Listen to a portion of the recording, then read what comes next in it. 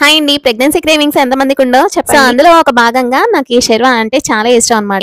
ఈ pregnancy cravings అంటున్నావు, నువ్వేమన్నా ప్రెగ్నెంట్? అలాంటిది ఏం లేదు కానండి. నాకు ఈ షెర్వా చేసినప్పుడల్లా ఒక ఇన్స్టెంట్ అయితే గుర్తొస్తుంది అనమాట. నా ప్రెగ్నెన్సీ జర్నీలో ఒక భాగం. ప్రెగ్నెంట్ గా ఉన్నప్పుడు మనకి క్రేవింగ్స్ అనేవి ఎక్కువగా ఉంటాయి. సో అందులో స్వీట్ గానీ హాట్ గానీ అలాంటి రెసిపీస్ కూడా చాలా ట్రై చేస్తూనే ఉంటారు. సో అలాంటి వాటిల్లో షెర్వా కాంబినేషన్ లోకి లచ్చ పరోటా అయితే చాలా బాగుంటుంది. సో ప్రెగ్నెన్సీ జర్నీలో ఏంటంటే ఇలా ఏదైనా మనకి ఇష్టమైనయే పెడుతూ ఉంటారు కదా. సో అలాంటి ఏమైనా కోరికలు ఉంటే అడుగుతూ ఉంటారు, ఏమైనా తినాలనిపిస్తుందా లేదా. ఆ టైంలో మనం ఇష్టమైన ఫుడ్ తీసుకోపోయినట్లయితే పుట్టే బిడ్డకి బొడ్డు సరిగ్గా ఉండదు అని అంటూ ఉంటారు.